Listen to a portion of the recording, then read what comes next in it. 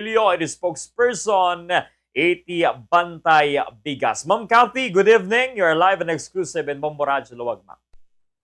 Oo, magandang gabi sa iyo, Bombo J. Magandang gabi siyempre sa lahat ng nakikinig at sumusubaybay sa inyong programa dyan sa Lawag. Yes po, ma'am. Sa ngayon, ating pag-uusapan itong price cap na ini-implement po ng Department of Agriculture para sa mga imported rice, kung saan ay may rekomendasyon yung Department of Agriculture na palawigin pa yung 50 pesos per kilo na price cap sa imported rice sa karagdagang 30 araw pa, Ms. Cathy. So ano po yung nakikita po ninyong epekto nito, lalong-lalo na sa mga magsasaka, sa mga produkto ng pang-agrikultura na bigas, sa Ma'am Cathy?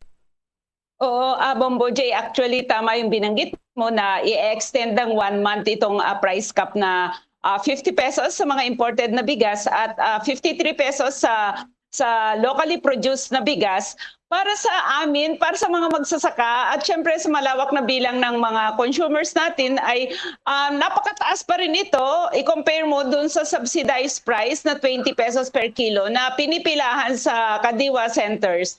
At itong price cap na ito ay muling inilabas ng gobyerno, ng Department of Agriculture na walang pagsusuri kung ito ba ay magre-resulta ba ito ng mababang presyo ng ating locally produced na bigas.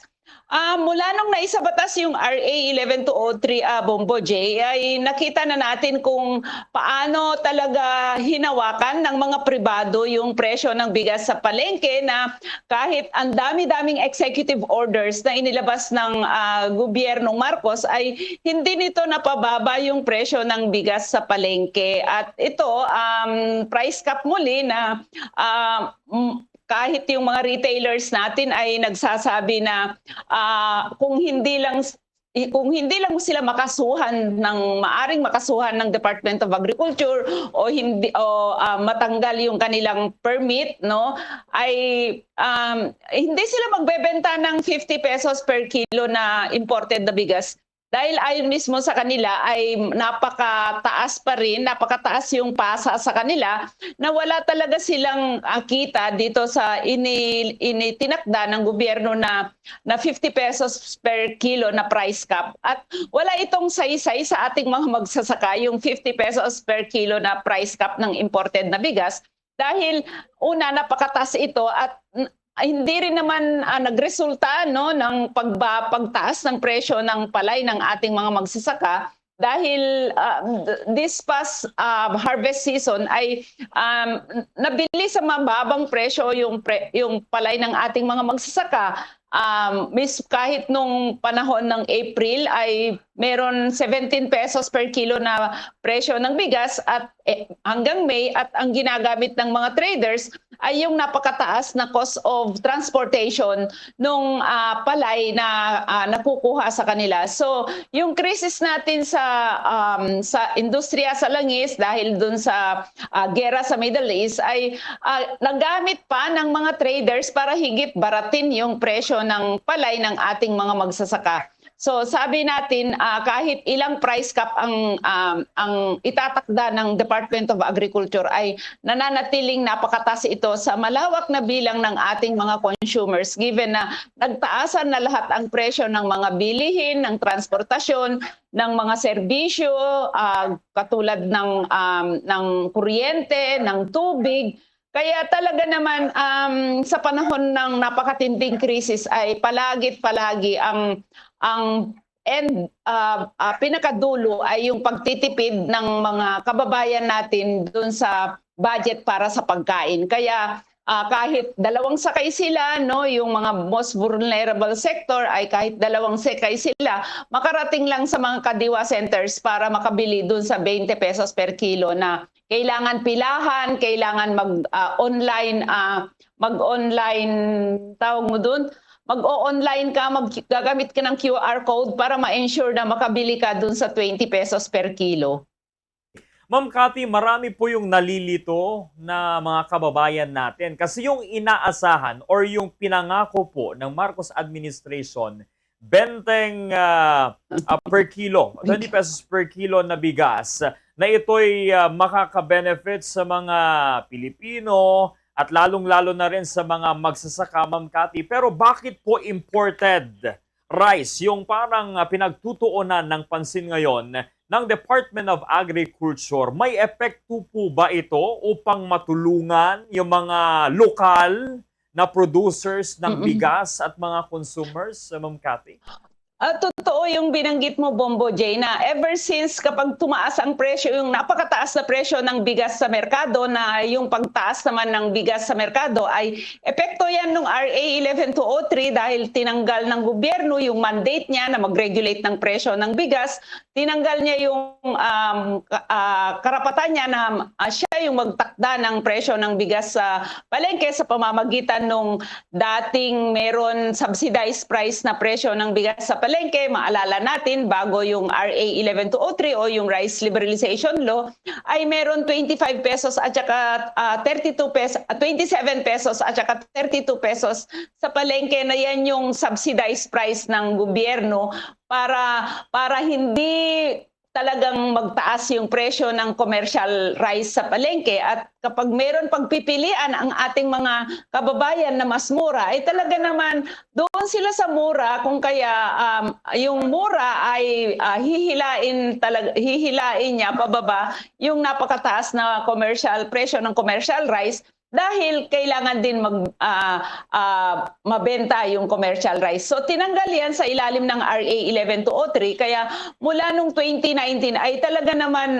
inasa na ng gobyerno yung pagpepresyo ng bigas sa mga pribado, na kung saan ang mga pribado ay ang orientasyon niyan ay kumita ng kumita, no? I-monopolize yung presyo ng bigas sa palengke sa pamamagitan ng ang presyo na ng bigas natin sa palengke ay nakaasa o nakatingin na, nakatanaw palagi doon sa presyo ng bigas sa world market, no? At ganoon din yung presyo ng palay ng ating mga magsasaka ay talagang kalakhan sa presyo sa palay ng ating mga magsasaka, ay ang nakakabili niyan ay yung mga traders na millers na talagang babaratin at babaratin din para sila ay kumita. So tama yung sabi mo na nung nangako si BBM ng pag-upo niya, kahit umupo siya ng 1 month sa Department of Agriculture, no? Maalala mo yun, naging Department of Agriculture Secretary siya, no, sa unang mga taon niya bilang presidente. Pero hindi niya nagawa, no, mapababa yung presyo ng bigas sa palengke, at yung pangako niya ay doon na lang, recently na lang yan, nung after election na lang yan.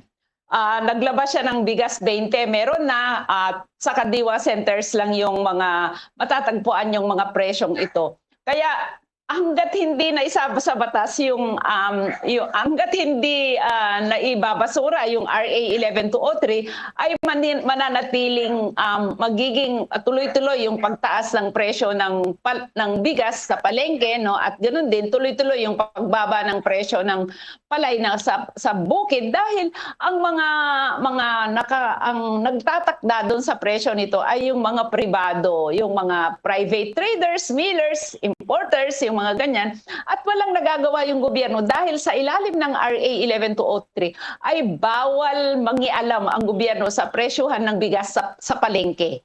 Kaya talagang nakupot siya doon sa pagbebenta ng 20 pesos per kilo sa mga Kadiwa centers lang, na nakita din natin na kahit almost 8,000 Kadiwa centers na daw, no, dahil 780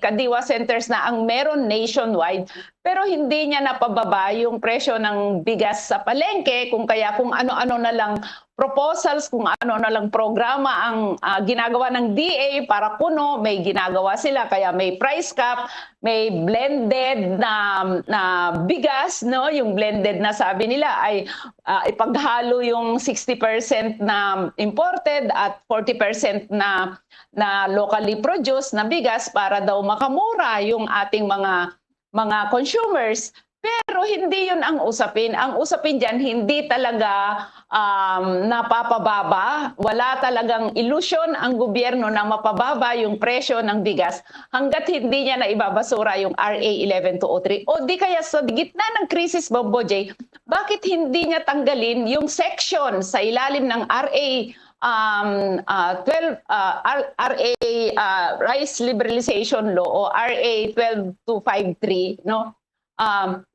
Kung saan ay nagpipigil o nagpipigil sa gobyerno na magdala ng bigas sa palengke sa ng subsidized price na bigas sa palengke kasi nasa krisis tayo. Pwede niyang tanggalin 'yon, pansamantalang itanggalin, no? Para maibsan, no, kahit paano may makabili doon sa mababang presyo o may makabili doon sa 20 pesos per kilo. Pero yung mga economic managers, yung mga nandyan sa DA, ang palagi na solusyon nila ay mag-import at pagpapababa ng taripa mula sa 30%, ginawang 15%, pero hindi naman bumaba yung presyo ng bigas. Nananatiling, actually senior na nga yung presyo ng bigas sa panahon ngayon. At ito yung nakakatakot dahil palaging pag-i-import ang nagiging solusyon ng gobyerno.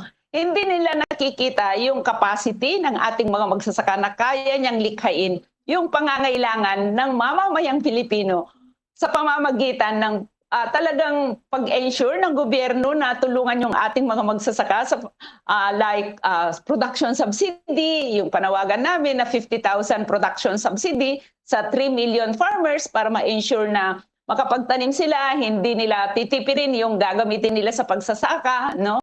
Para ma-ensure na yung average yield ng isang hektarya ay makakamit, no? At ensure yung irrigation canals, irrigation sa lahat ng mga irrigable lands, no? Pangalawa ay i-ensure yung mga post-harvest facilities, lalong-lalo na yung drying, mechanical dryer, kasi doon nababarat yung presyo ng palay ng ating mga magsasaka. Kapag hindi nabilad yan at ibebenta ka agad ng mga magsasaka na nasa bukid pa lang ay pinepresyohan na ng napakababa. So yun yung nakakagalit sa gobyerno na ang laki-laki ng mga korupsyon sa pondo ng gobyerno, pondo para sa mga magsasaka, pero doon sa pangangailangan ng ating mga magsasaka na support production subsidy, ensure yung presyo ng palay ng ating mga magsasaka ay mabilis sa mataas para hindi lugi ang ating mga magsasaka. Walang ganun ilusyon ang gobyernong Marcos, no? Kaya ito yung lagi namin panawagan na magkaisa yung ating mga magsasaka, magkaisa manawagan, igiit sa gobyerno, kumuha ng mga resolution, no, sa mga municipal level, sa mga provincial level at dalhin yung resolution sa Kongreso bilang mga gumagawa ng batas at yung resolution na yan ay dapat itulak yung gobyerno na gawin niyang prioridad yung ating pagpapalakas sa lokal na industriya sa pagkain, lalong-lalo na sa bigas, para hindi tayo aasa sa pag-i-import na nakita na natin yung tindi nung epekto nung nagkaroon ng krisis sa Middle East na yung pag-asa din natin sa imported na langis ay nagresulta ng price shock sa presyo ng langis na lahat ng mga basic services, basic food needs, no, lahat ng pangangailangan natin sa pagkain ay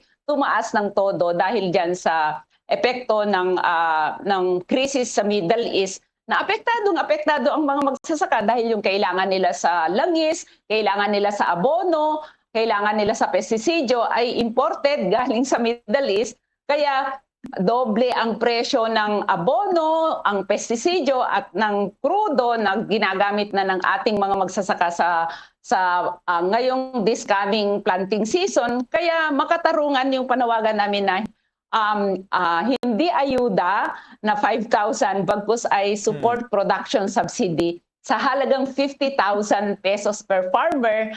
At saan kukunin yan? Meron 200 billion na unprogrammed fund for 2026. Bakit hindi doon ilaan ng gobyerno? Bakit pangatlo pa rin sa binibigyang pondo ng gobyerno na napakalaki ay yung DPWH na na-expose na kung gaano kakorap yung ahensyang yun. So yan yung talagang panawagan natin, Bombo J. At sabi nga namin, hangga't hindi dinadala yung subsidized price na bigas sa palengke ay wala tayong makikitang murang bigas kahit anong price cap ang gagawin ng Department of Agriculture. Hindi niya yan mapapababa o maibalik man lang yung dating presyo na nadatnan ng gobyernong Marcos na 38 pesos per kilo.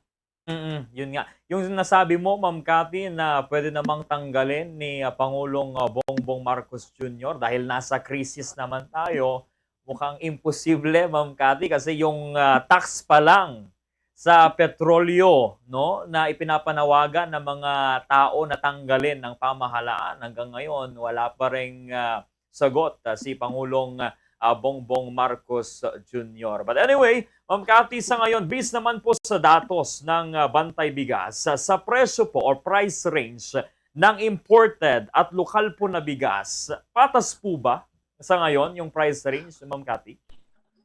Oh, actually, Bamboje, kahit papano, dahil sa nag-impose ang gobyerno ng 50 pesos price cap sa imported na bigas, mas mababa konti yung imported na bigas.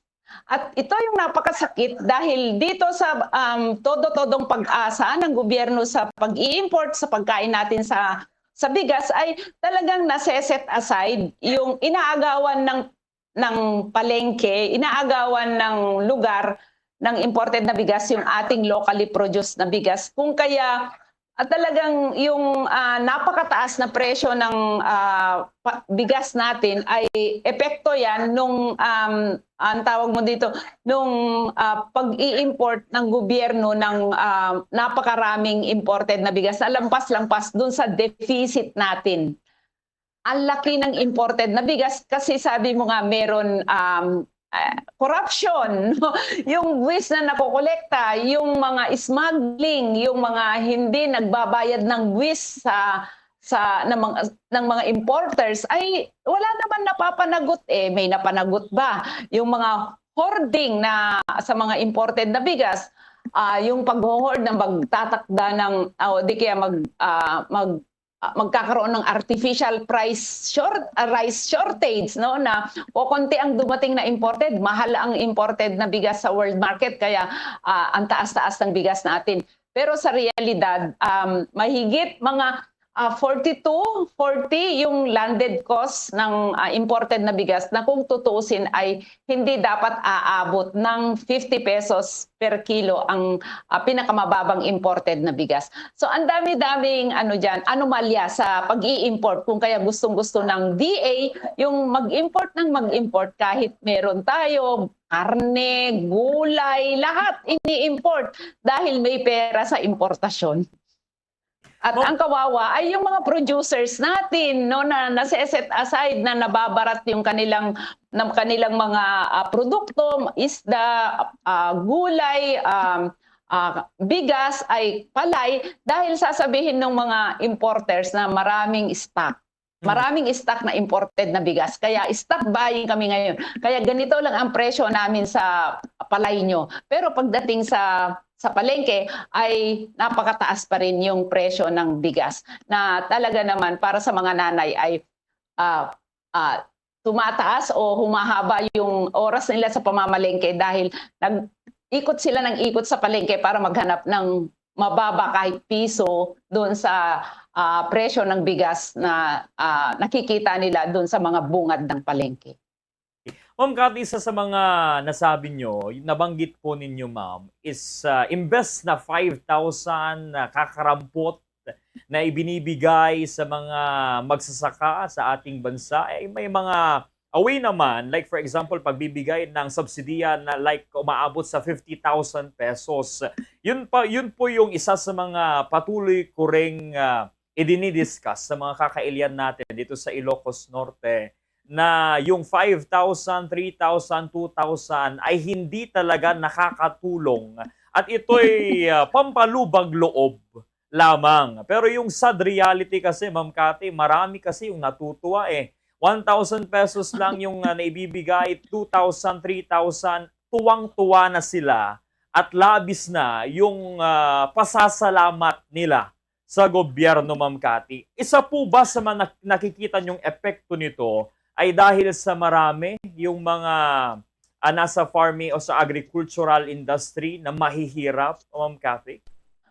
Actually, Sir Jay, yung ayuda country na nga ang Pilipinas sa buong Pilipinas, sa buong mundo dahil tuwing may kalamidad, okay na, wag na kayong maghanap ng iba. Ito, may ayuda na kayong pipilahan, no? Mm. So yung mga ayuda na yan ay pampalubag loob, gaya ng binanggit mo kanina, pampalubag loob ng gobyerno, no?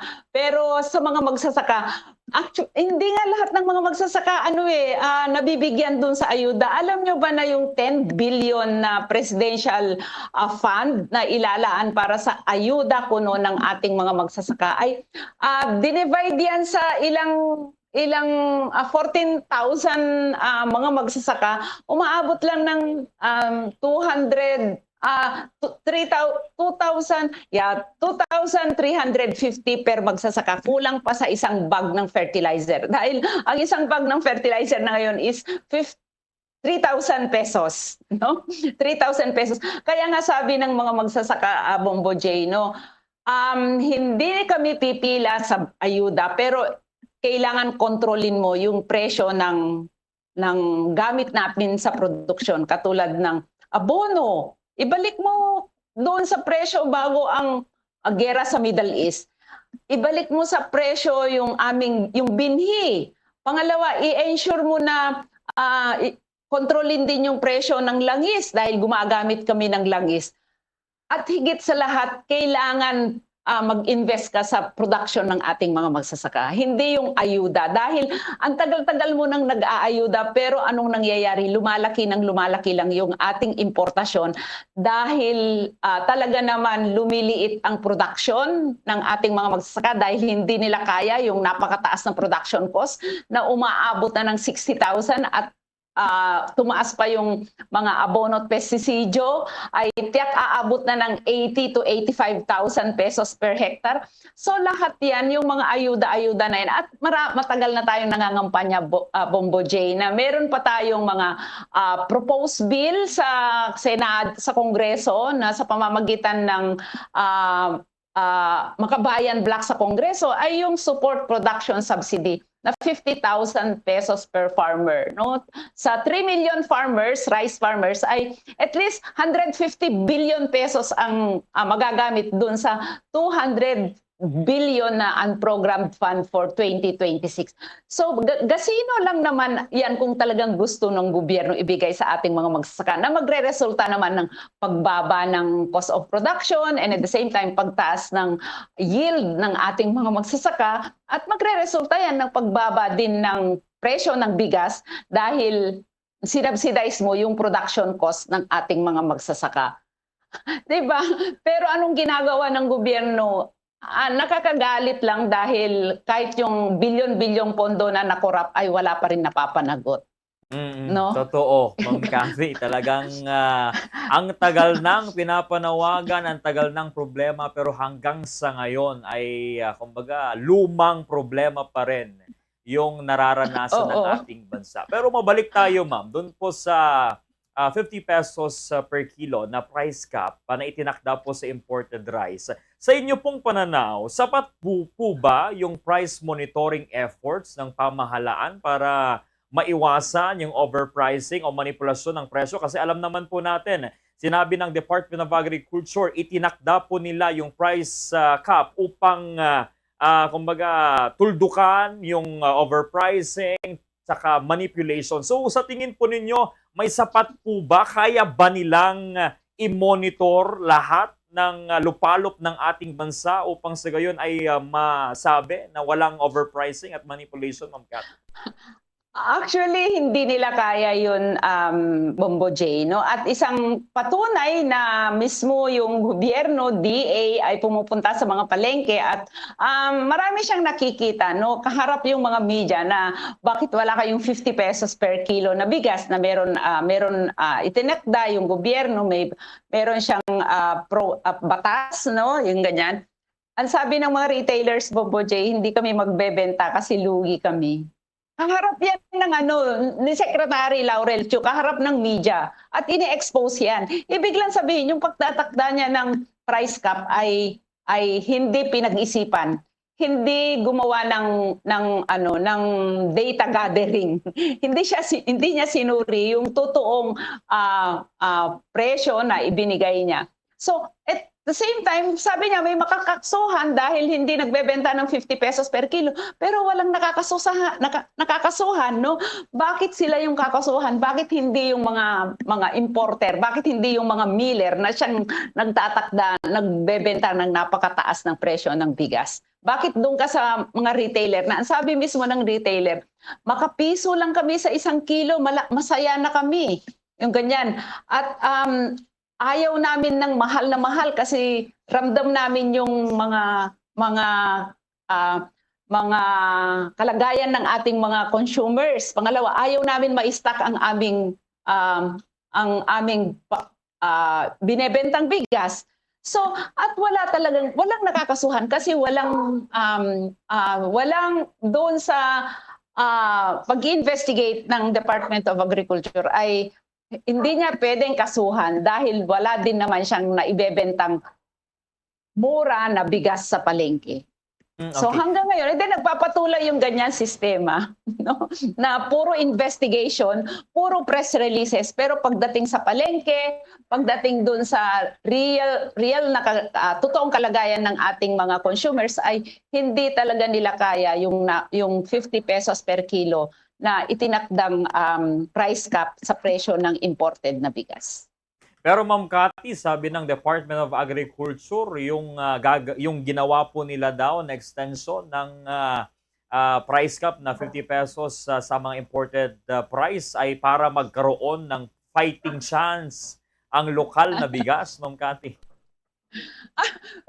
Wala yan eh. Ngayon sila nagsasalita ng ganyan. Wala na yung palay ng ating mga magsasaka. Lahat nandun na sa bodega ng mga millers, ng mga traders.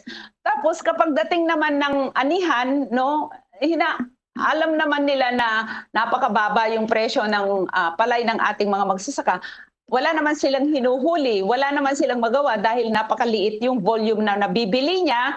At the same time, yung napakataas yung mga kalidad ng mga nabibili niya, nakalakhan din dun sa mga nagbebenta sa NFA ay yung mismong mga trader dahil hindi nila kaya yung 100% clean, hindi nila kaya yung 14% dry, na ang kaya lang ang mga magsasaka ay ang naibebenta niya ay yung mga freshly harvested dahil sa kawalan ng mga mechanical dryer. So cycle na yan ng sistema sa Department of Agriculture at mismo sa NFA na kapag wala na yung palay sa kabay ng ating mga magsasaka, feeling nila ay gumagawa sila ng kaparaanan para ma-ensure daw na mataas ang kikita ang ating mga magsasaka. Pero sa realidad ay nagsasalita sila kapag wala ng palay sa bahay, sa bukid ng ating mga magsasaka. Nasa mga traders nasa mga millers na sila din yung nagtatakda ng presyo ng bigas sa palengke. So, wala yan epekto sa ating mga magsasaka. Hindi rin kikita ang ating mga magsasaka dito sa binabanggit niya na price cap dahil wala ng palay na naibebenta ang ating mga magsasaka.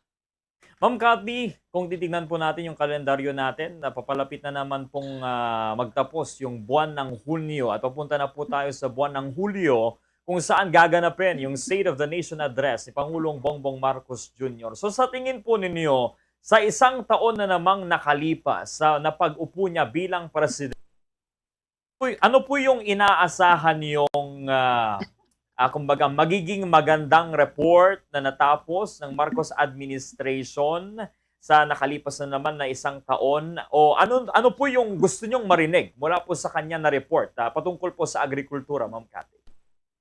Actually, Bongo J, ay hindi kami magsasawa na ipanawagan sa kanya na gawin niyang prioridad ang pagpapalakas sa ating lokal na industriya sa pagkain. Gawin niyang number 1 sa budget ang Department of Agriculture para ma-ensure na mapalakas, gawin niyang prioridad at the same time number 1 sa budget niya, no, ang Department of Agriculture, at yung budget na yan dapat mag-trickle down sa mga magsasaka sa pamamagitan ng production subsidy, sa pamamagitan ng mga post-harvest facilities, sa pamamagitan ng pag-ensure ng mabili ng gobyerno mismo ang bibili sa produkto ng ating mga magsasaka sa mataas na presyo dahil kapag trader yan, miller yan ay talagang babaratin nila. No? So yun yung gusto namin marinig sa kanya. At hanggat hindi niya na ibabasura yung RA 11203, mananatiling nakasandig ang ating industriya sa pagkain sa pag-i-import. At higit sa lahat, siyempre 1 year na yung mahiya naman kayo doon sa flood control. Hanggang sisingilin at sisingilin namin siya doon sa kawalan pananagutan niya, doon sa nangyaring pinakamalaking korupsyon sa kasaysayan ng Pilipinas, yung nangyaring flood control. At wala pa rin napapanagot doon sa big fish na sinasabi niya. At hindi niya pwedeng ihiwala yung sarili niya dahil kasama siya, pinangungunahan niya yung corruption na yun dahil siya ang pumirma sa budget ng bansa. Oo. Ma'am Kaya Cathy, kailangan lahat ng sangkot managot. Kasama si BBM doon. pero kung titignan po natin yung natitirang taon niya bilang presidente, Ma'am Cathy, 2 taon na lamang matatapos na yung administrasyon niya. At kung titignan natin yung mga pinangako niya noon, for example, 20 pesos na bigas, hanggang sa ngayon, medyo malabo nating makita. So sa tingin nyo, sa 2 years na huling pag-upo niya bilang presidente, may chance pa po ba, Ma'am Cathy? O wala na kayong nakikitang chance? Hindi naman kami nawawalan ng tsansa, no? Kailangan lang talaga itulak yung gobyerno. Kailangan wag tayong mapagod doon sa panawagan dahil yung panawagan natin yan ay hindi lang para sa magsasaka, yung pag-attain ng kasiguruduhan natin sa pagkain, kundi para sa buong mamamayang Pilipino, no? Kaya dapat likhain ng mga magsasaka yung pangangailangan natin sa pagkain, hindi mula sa importasyon.